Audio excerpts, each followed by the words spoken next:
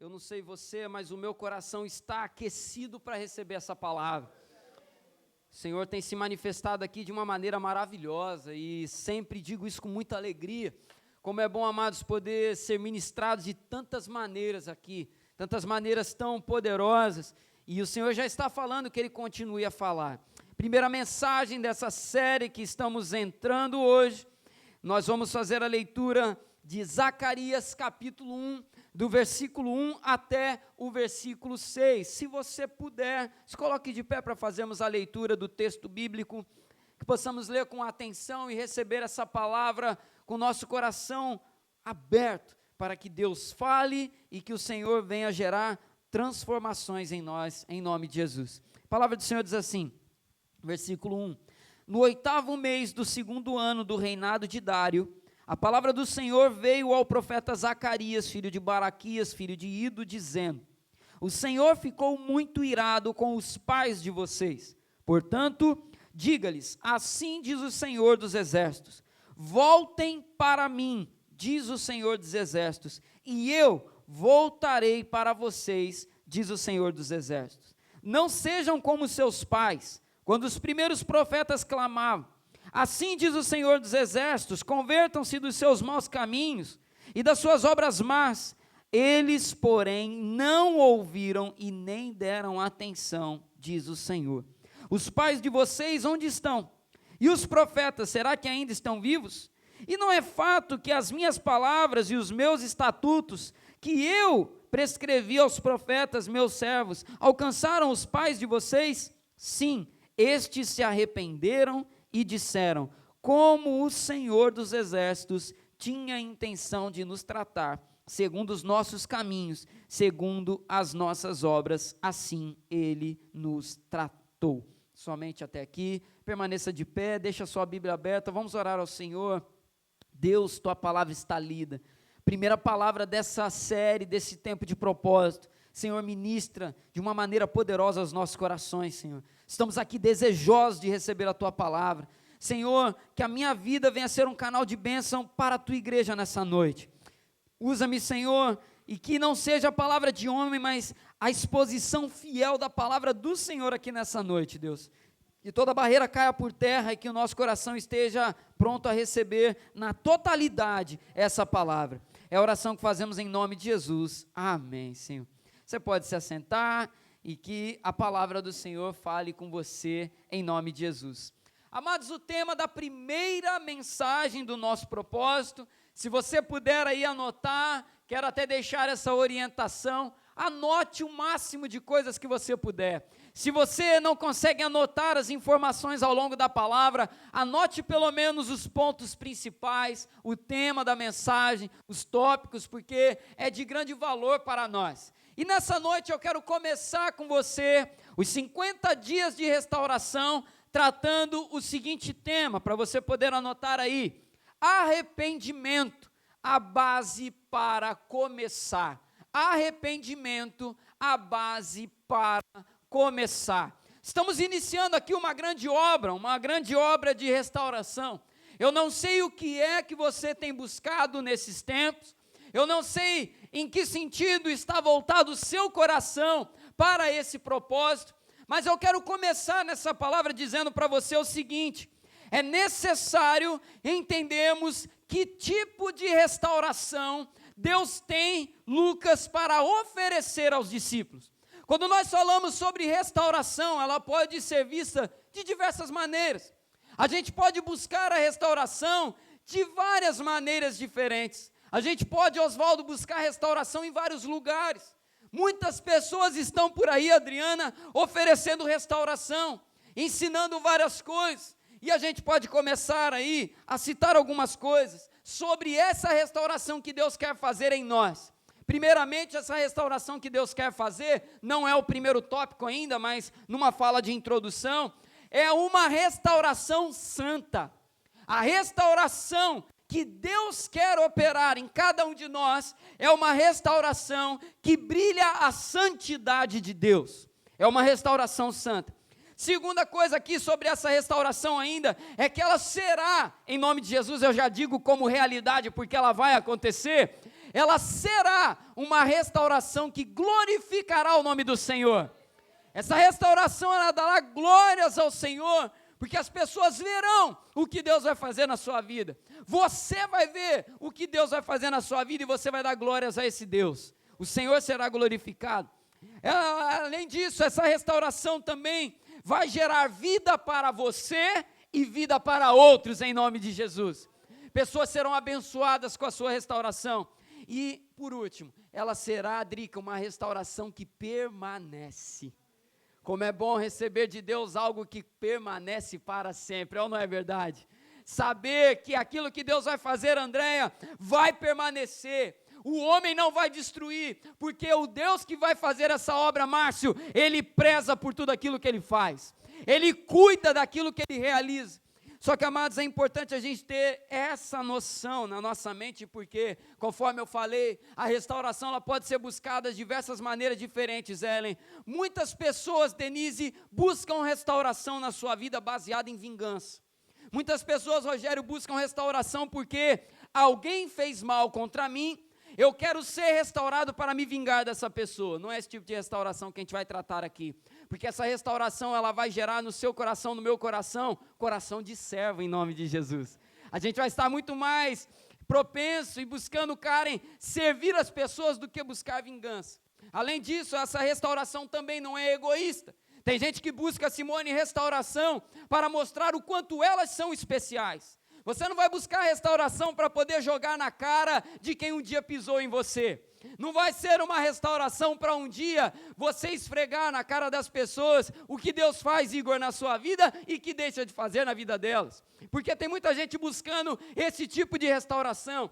Tem congressos e mais congressos sendo realizados por aí afora, seculares, ensinando as pessoas a buscarem restauração baseados em egoísmo, baseados em glorificar a si mesmo. Não é esse tipo de restauração que nós vamos buscar. E por último, eu quero dizer para você, essa restauração terá propósito.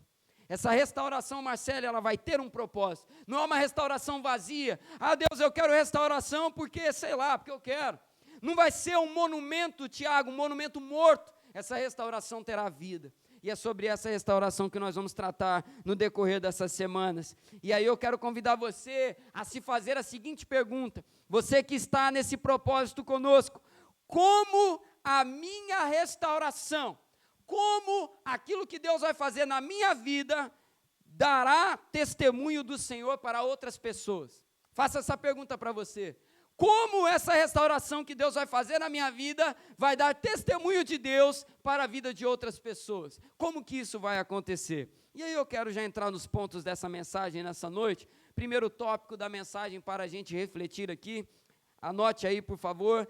Deus revela a causa das ruínas. Anote aí. Deus revela a causa das ruínas. E aí eu quero ler com você, vem comigo no texto bíblico. No texto que lemos aqui, de Zacarias capítulo 1, versículo 2, olha o que diz aí.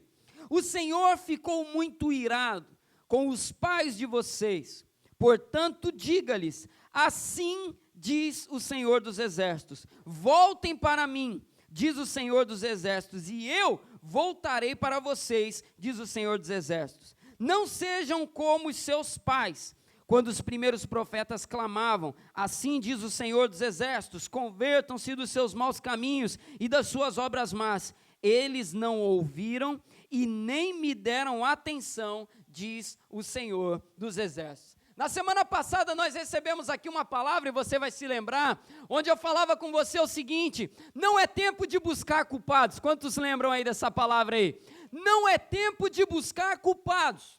Não é tempo da gente ficar, William, caçando e perguntando quem é o culpado pela ruína que está a minha vida agora. Não é tempo para isso.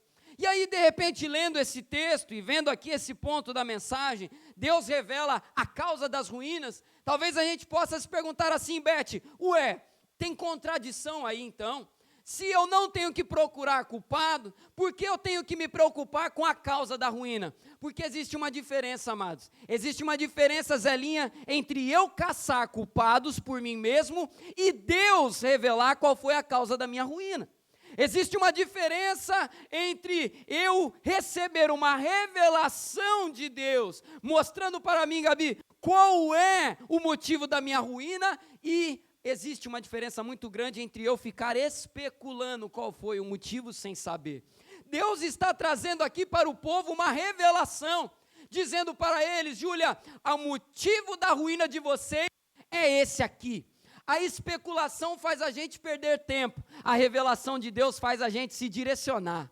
A revelação de Deus dá norte. Quando Deus mostra para nós que o motivo da ruína foi tal atitude, que o motivo da ruína foi a ação de tal pessoa, Ele vai me dar a direção correta para eu andar e viver restauração na minha vida.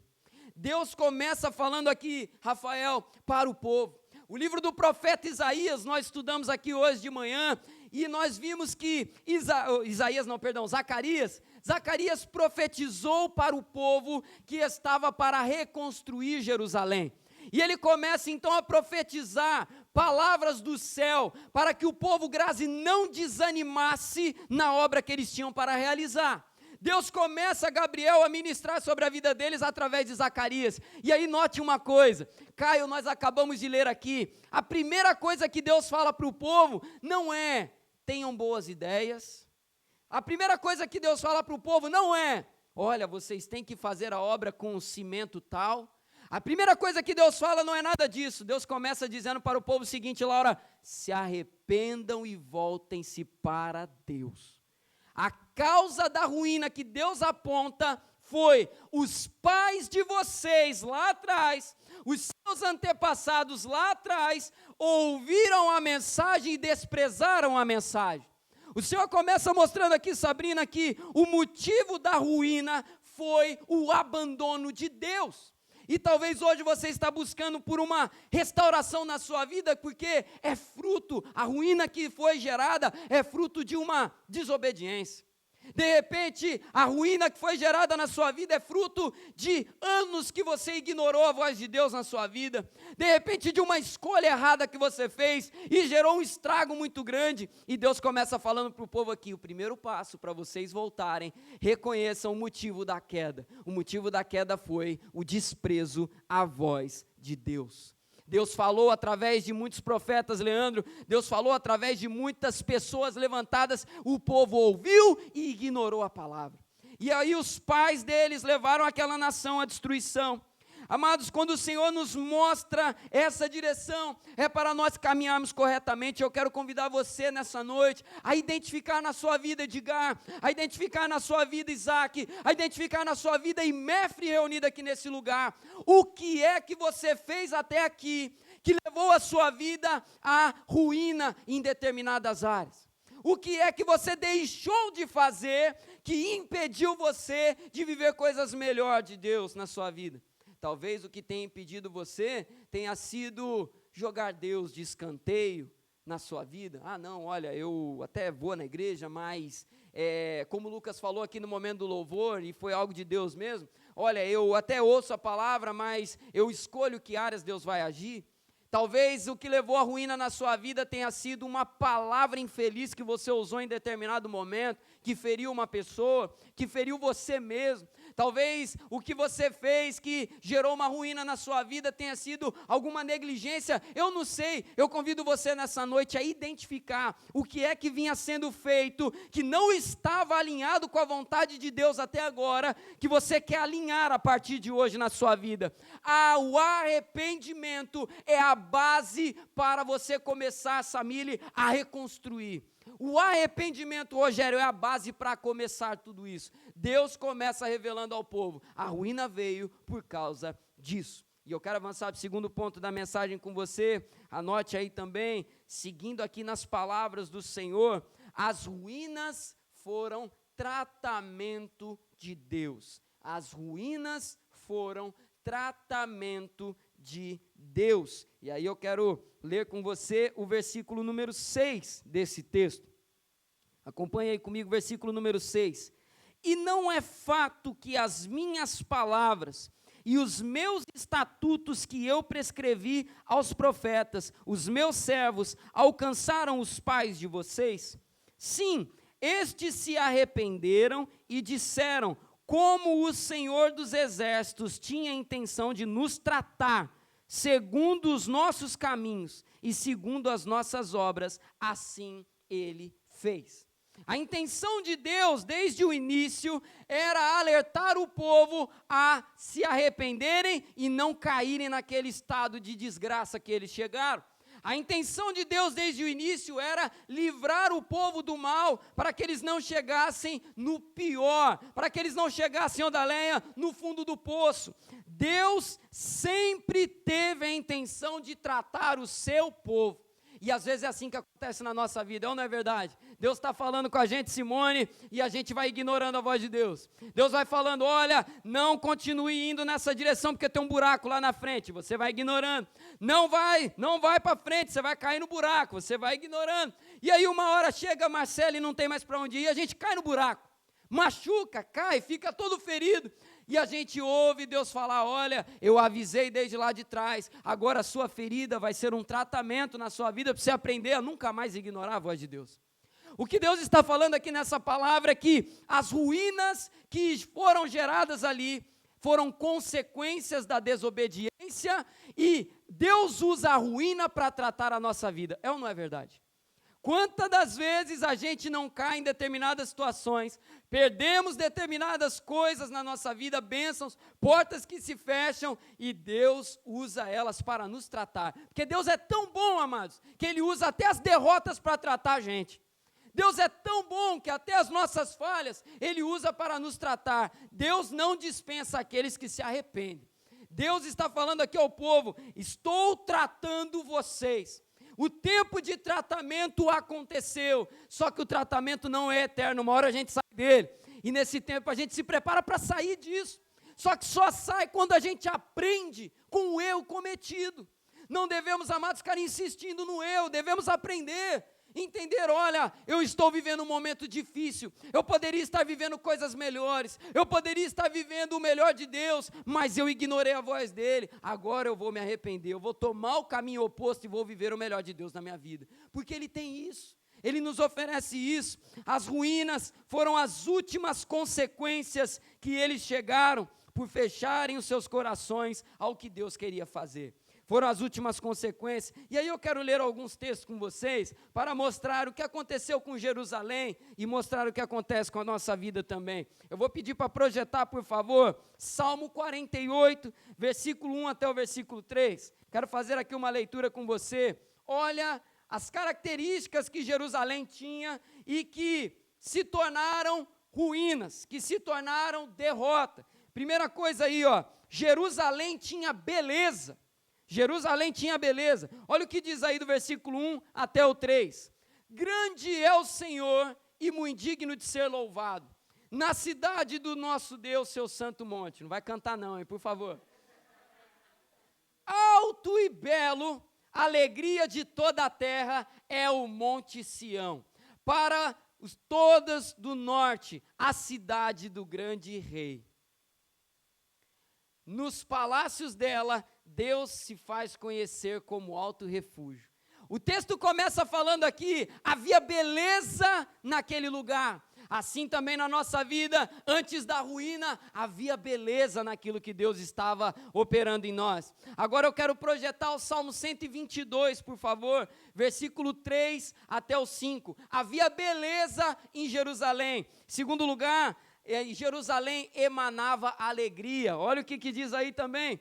Jerusalém, você que está construída como uma cidade bem sólida, para onde sobem as tribos do Senhor, como convém a Israel, para renderem graças ao nome do Senhor.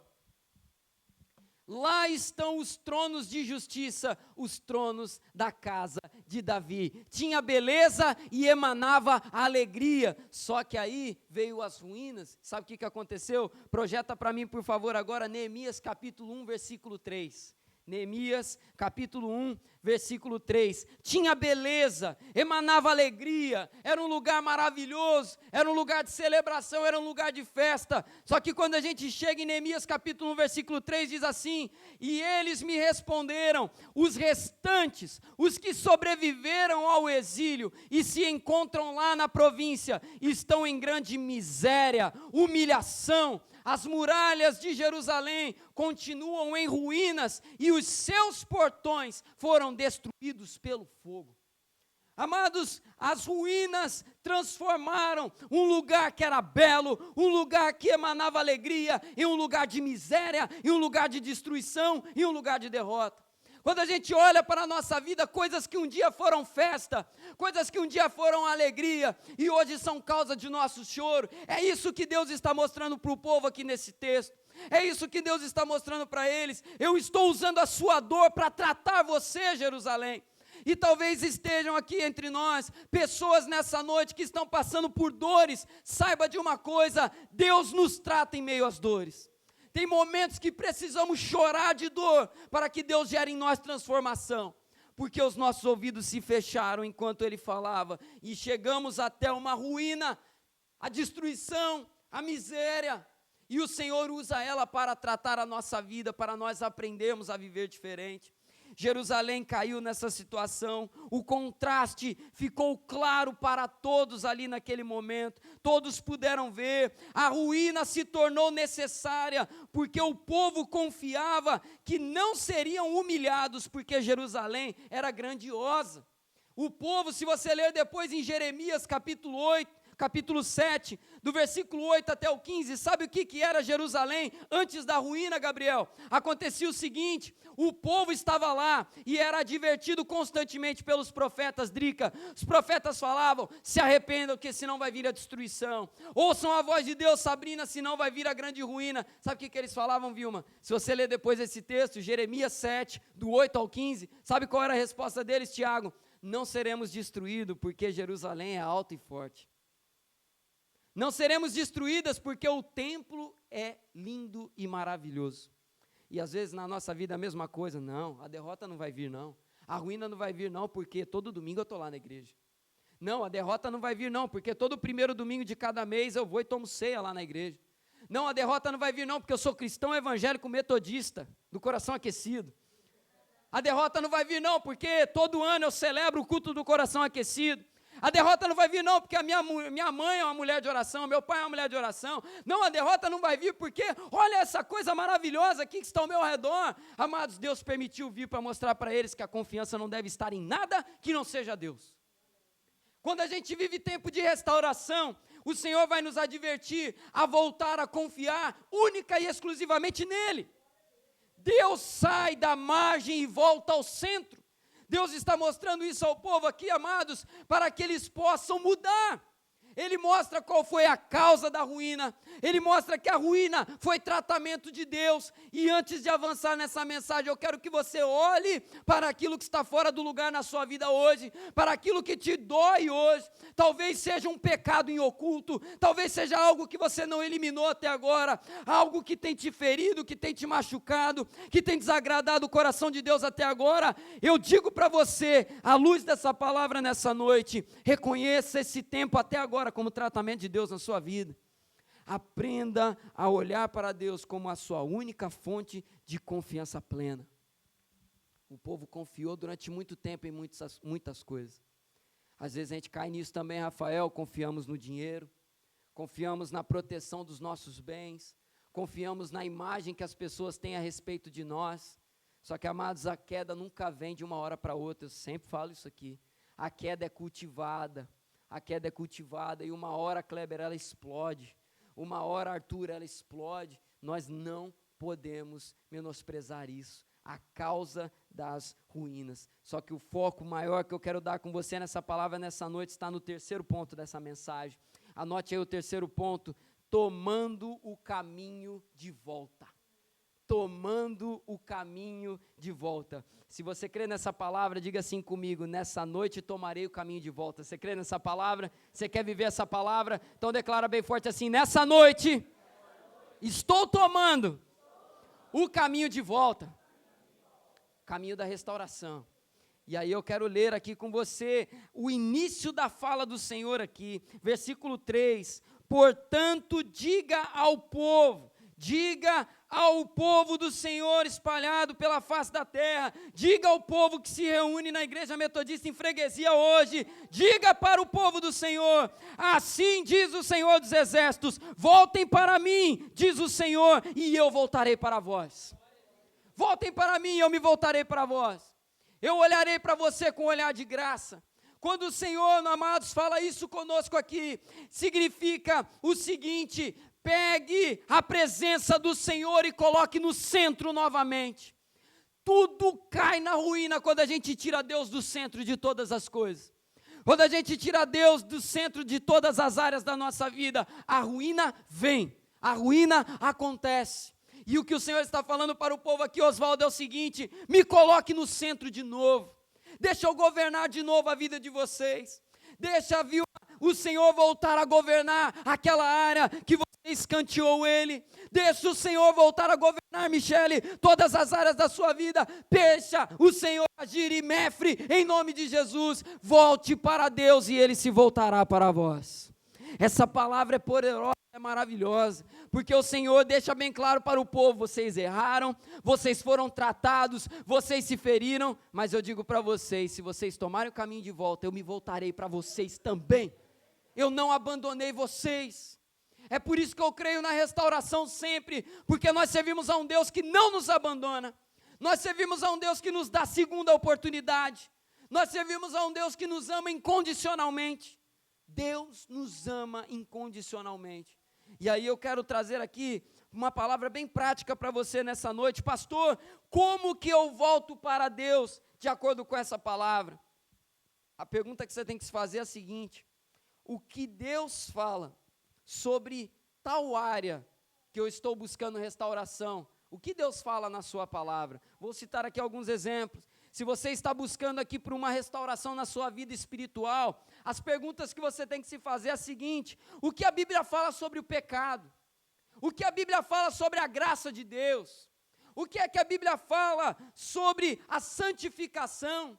Amados, a palavra do Senhor, ela nos ensina, ela tem instrução, ela tem palavra para direcionar tudo na nossa vida. Toda a restauração buscada aqui nesse lugar, ela tem direção na palavra do Senhor. Creia nisso. Creia que a palavra tem revelação para você do alto. Deus não tem nenhum assunto que Ele possa dizer assim: isso eu não posso te ajudar, isso eu não sei. Isso não tem com Deus. Ele tem palavra para tudo.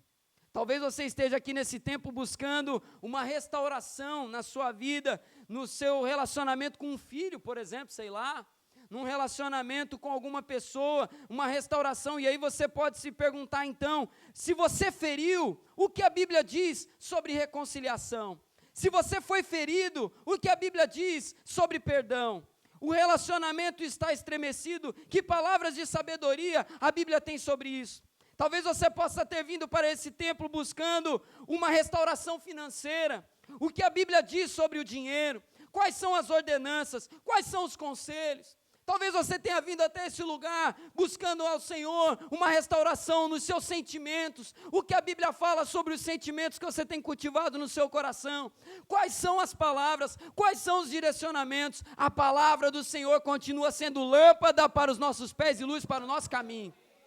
Ela continua sendo fonte da verdade. Ela continua sendo direcionamento. O que você tem que parar de fazer é tentar do seu jeito e voltar para a palavra de Deus. Voltar para a revelação bíblica. O Senhor diz para o povo: voltem para mim, eu me voltarei para vós.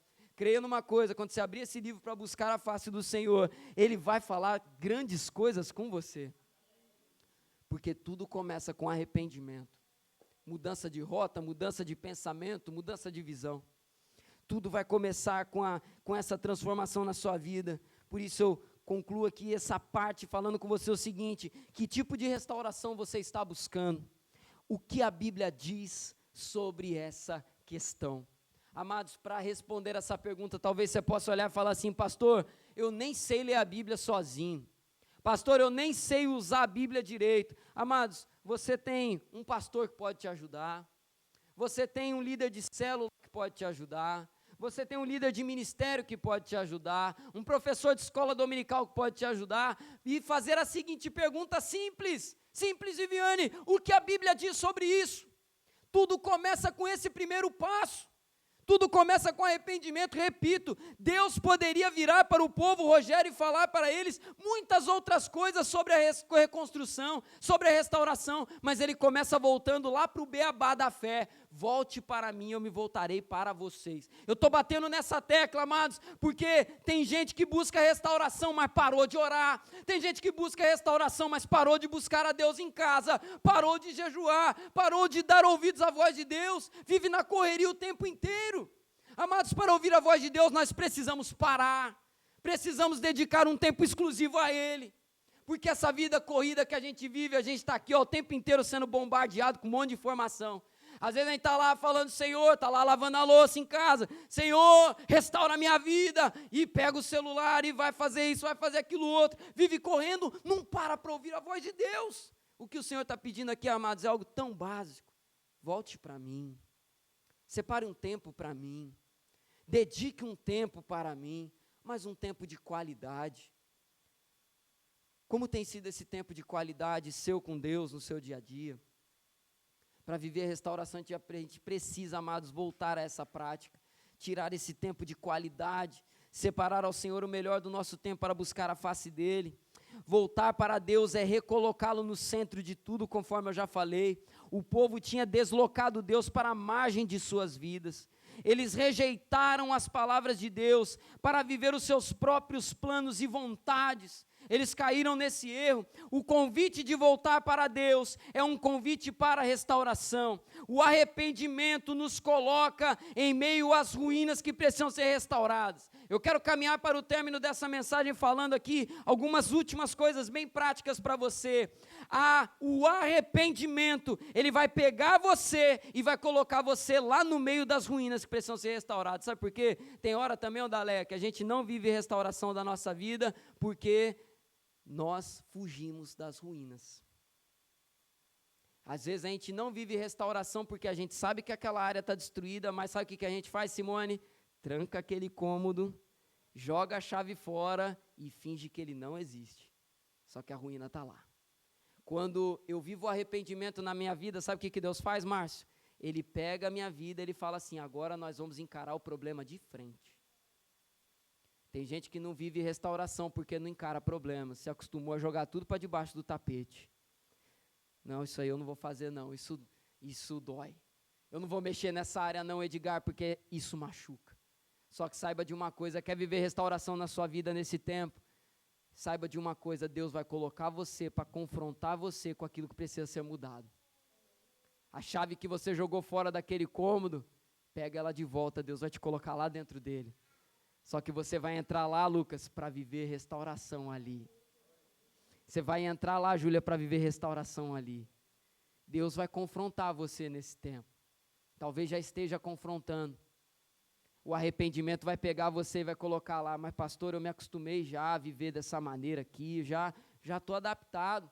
Só que se aquilo está em ruínas, Deus quer restaurar, Ele vai te colocar lá. Não tenha medo de encarar as ruínas, porque às vezes a gente tem medo.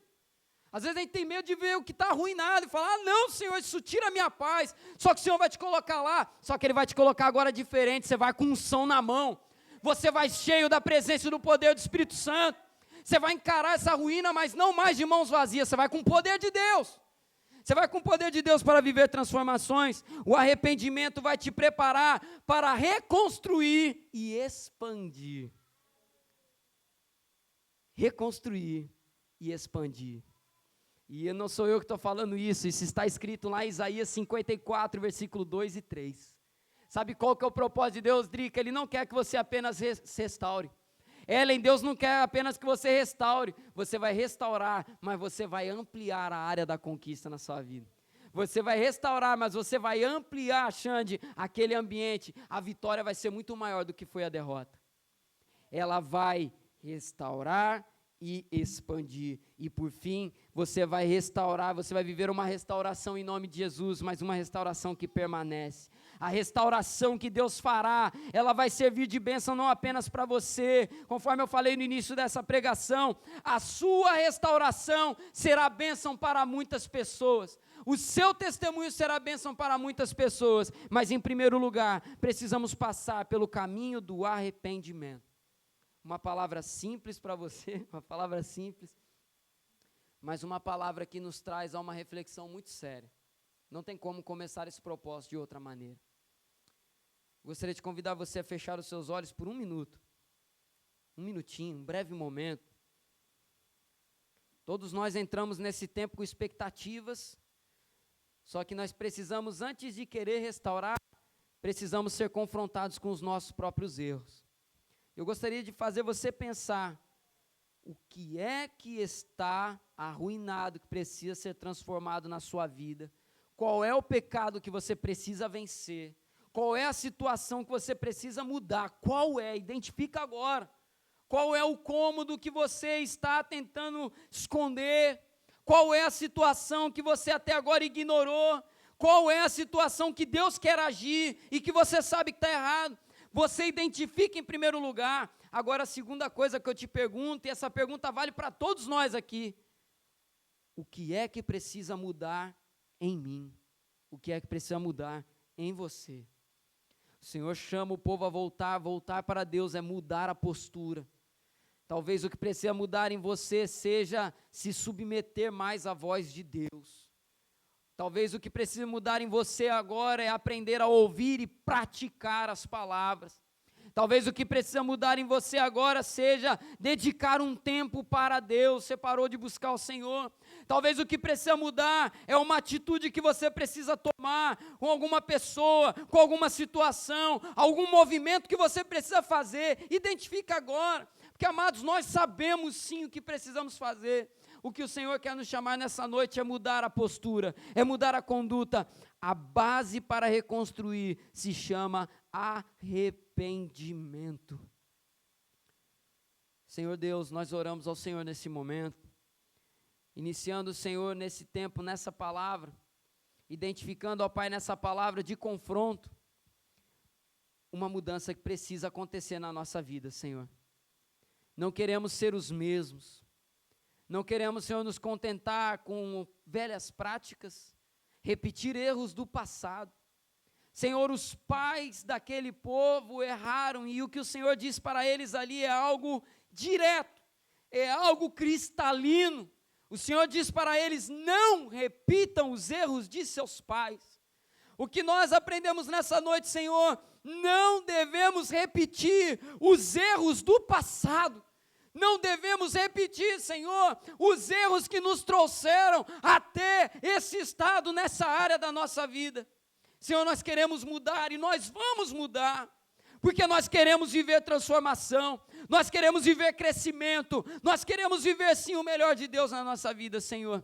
Queremos ouvir a sua voz para entender quais são as causas da ruína. Queremos, Senhor, ouvir a tua voz para entender o que essa ruína tratou em nós até agora. E nós queremos ouvir a tua voz também, Senhor, para nessa noite tomar o caminho de volta. Viver diferente. Viver diferente. Nos ajude, Senhor. Ajuda o teu povo. É a oração que fazemos a ti em nome de Jesus. Amém, Senhor. Quero te convidar a se colocar de pé.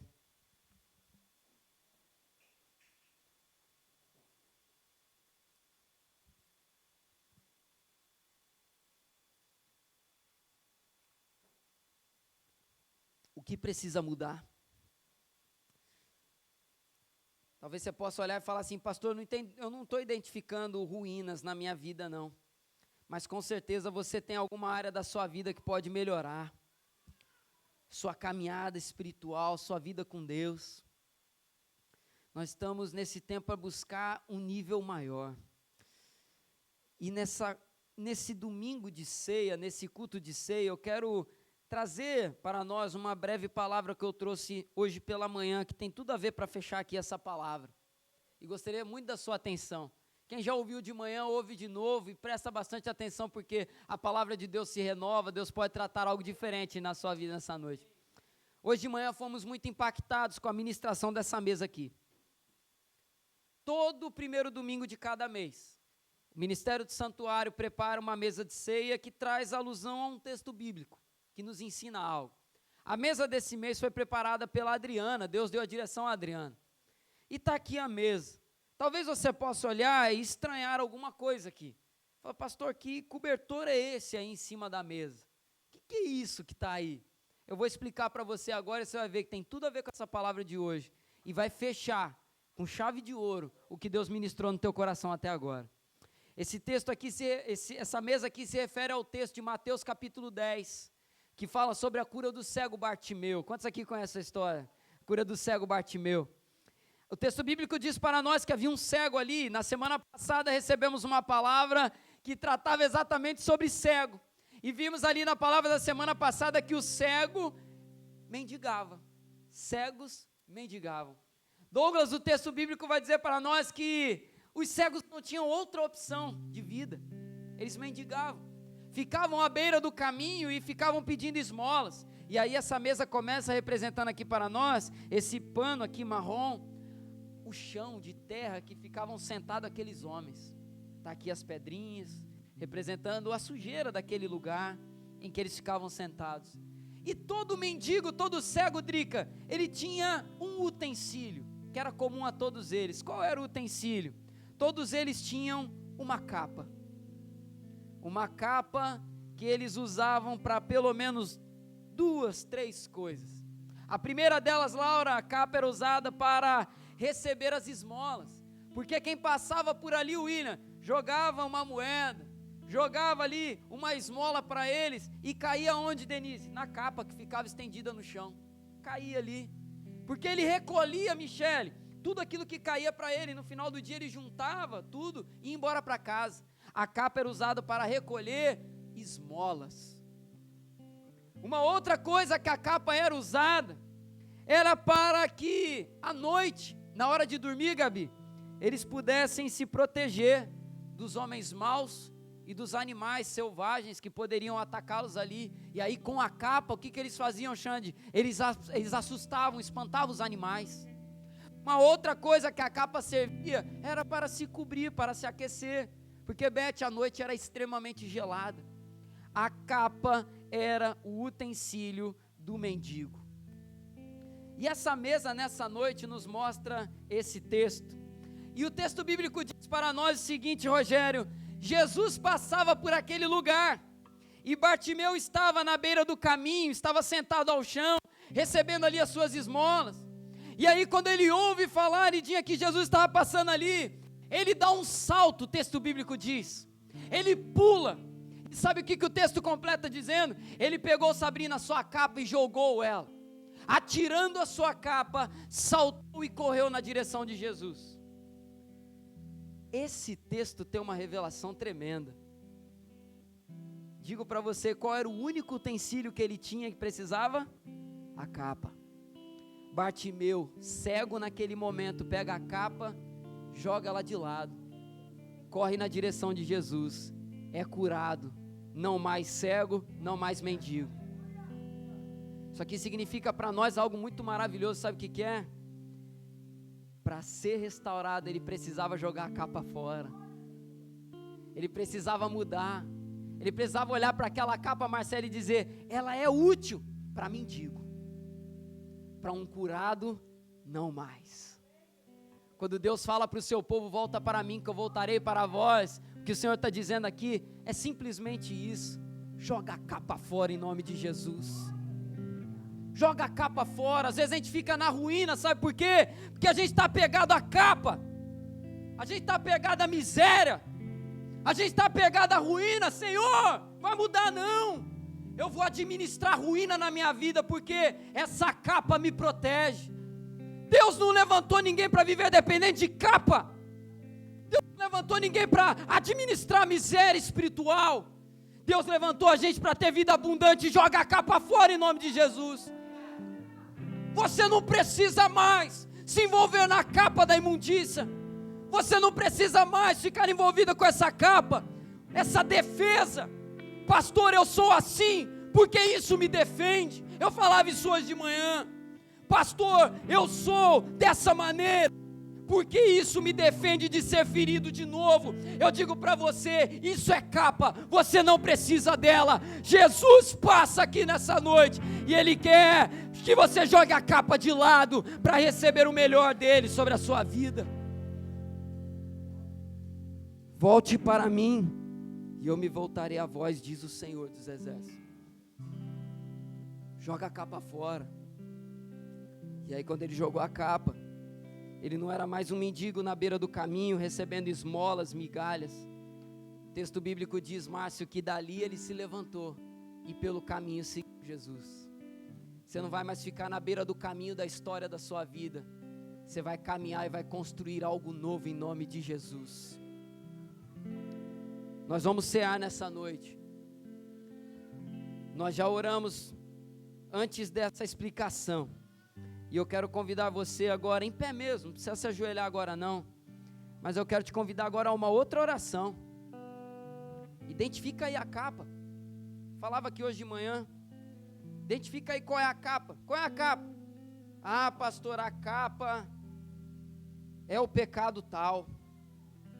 Ah, pastor, a capa é a fuga tal na minha vida, eu estou fugindo, eu estou me escondendo.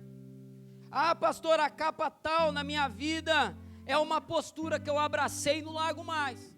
Identifica aí qual é a capa. Ora aí agora no seu lugar. Fala para o Senhor, Senhor, nessa noite eu jogo essa capa fora em nome de Jesus. É oração para corajoso, hein? Mas é corajoso com promessa. Quem joga a capa fora não se frustrará. Feche seus olhos, vamos orar ao Senhor mais uma vez e nos preparar para a ceia. Deus, Tua palavra falou conosco na simplicidade do Evangelho. Tua palavra falou conosco, Senhor, de uma maneira muito especial.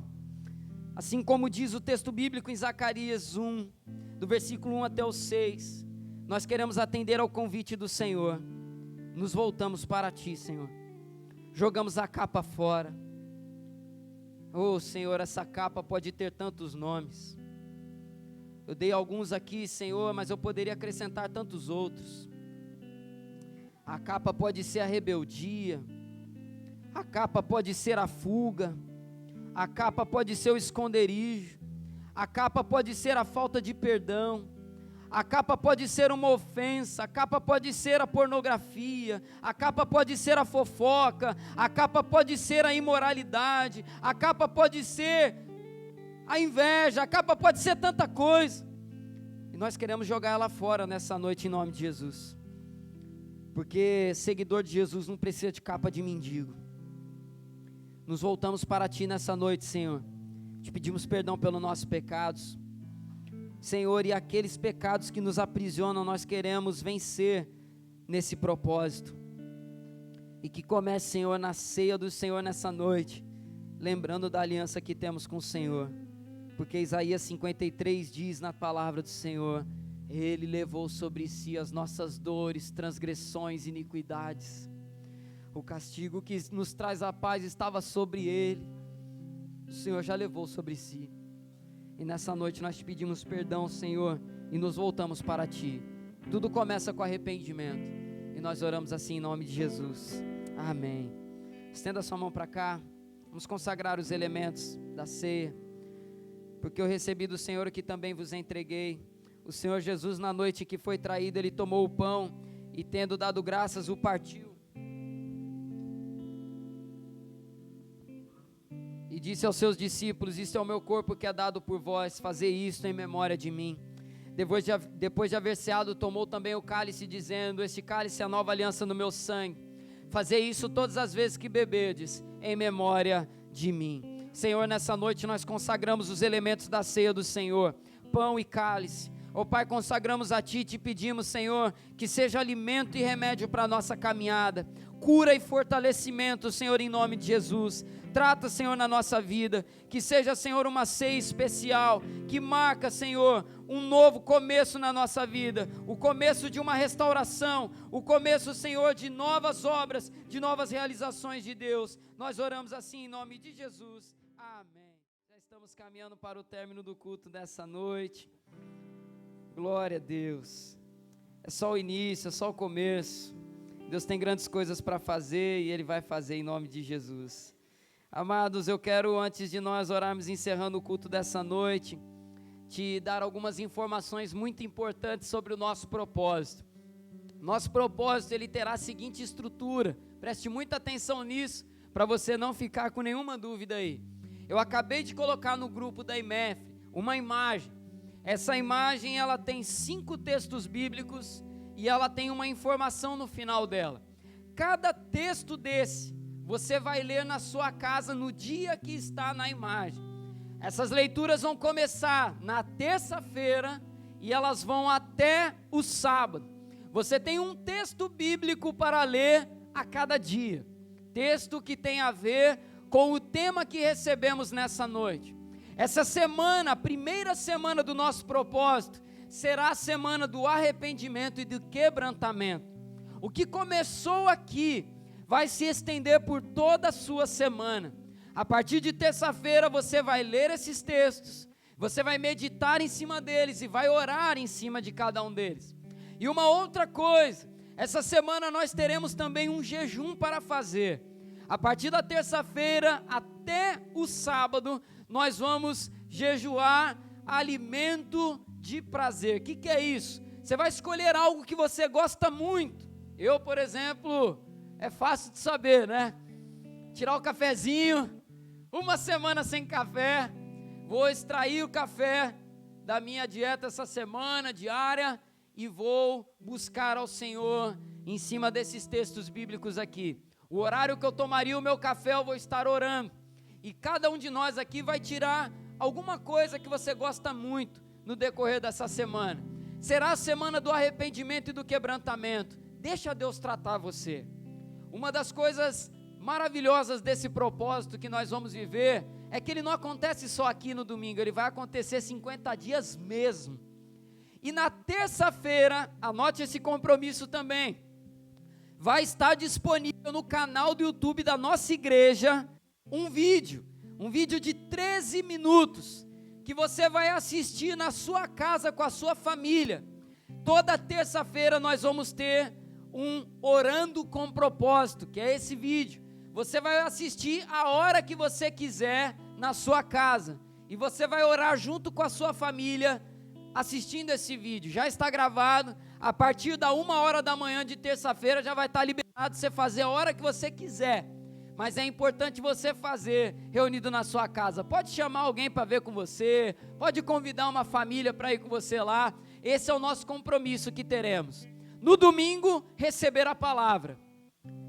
Na terça, começa o jejum da semana e as leituras bíblicas e teremos o vídeo. E assim será até o final do nosso propósito. Eu sempre vou colocar no grupo da igreja, acompanhe as redes sociais da nossa igreja. Se você não está no WhatsApp da igreja, sinaliza para alguém que está perto de você, pede já para essa pessoa mandar os textos para você, porque todos nós vamos caminhar juntos nesse propósito, amém? Vamos caminhar juntos, amém? Posso contar com você? Glória a Deus. Então, está iniciado aí o nosso propósito e que o Senhor nos acompanhe, em nome de Jesus.